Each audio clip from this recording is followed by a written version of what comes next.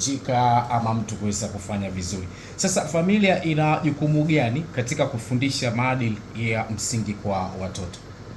Familia ina jukumu kubwa, hasa wazazi, namna wanavyoishi, namna wanavyoelekeza, kwa sababu kwanza familia tunasema ni baba, mama na watoto, ama wanaweza wakawepo na ndugu wengine, lakini msingi mkubwa ni baba na mama na watoto.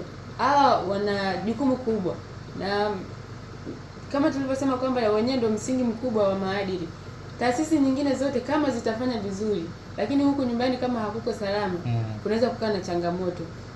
Wazazi wanatakiwa kusimama kwenye nafasi zao.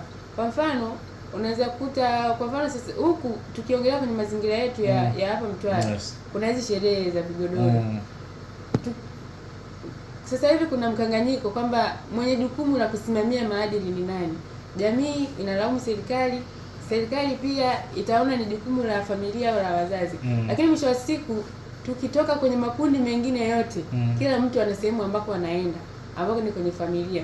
Kwa hiyo kwenye mfano nimeongelea vigodoro, serikali ina wajibu wake wa kusimamia kabisa. Lakini mfano kama kuna kigodoro kinapigwa mahali, mtoto ameenda kwenye kigodoro, alafu baba na mama wameridhia wako nyumbani, hapo kutakuwa na changamoto. Changamoto ya wazazi sasa. Hapo kutakuwa na changamoto ya wazazi ambako ndo kwenye msingi wa familia. Kwa hiyo ili kutengeneza kizazi ambacho kina maadili mazuri, familia, wazazi, kila mmoja anatakiwa kusimama kwenye nafasi yake. Kwa sababu pia tunajua kwamba ni swala ambalo tunatakiwa kushirikiana. Ina maana kama familia yangu ikiwa na maadili mazuri, lakini familia ya mtu mwingine haina maadili mazuri, kutakuwa na changamoto pia. Kabisa. Mr. Shaib, nirudi tena kwako. Tubaki hapa katika upande wa familia. Ni maadili gani sasa familia inapaswa kusisitiza zaidi? Kama tulivyoanza mwanzo, ndugu mtangazaji, swala la maadili ni nyanja pana. Manake ni mkusanyiko wa tabia njema, miongozo, misingi na kanuni ambazo zimewekwa kwenye jamii zinazokubalika ili kuiongoza jamii hiyo kufikia malengo yake ambayo imekusudia, ambayo ni kuendelea.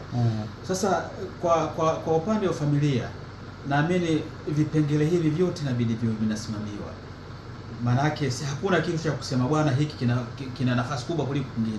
Inapotakiwa kama hivyo sema madam hapa, swala la familia ndio msingi mkuu wa malezi. Kwa sababu maadili yanapatikana kwenye malezi. Malezi ya kiumba, naamini hatutakuwa na maadili mema. Ametoa mfano wa vigodoro hapa. Inapotokea muda, kwa mfano wewe mzazi, iwe baba uwe mama, hebu tubebe majukumu yetu. Kwa mfano, kwa nini tufanye mambo ambayo tuyaone kwa watoto wetu wanayafanya, alafu sisi tuwe tunachekelea? Na kuna changamoto lazima tukubali.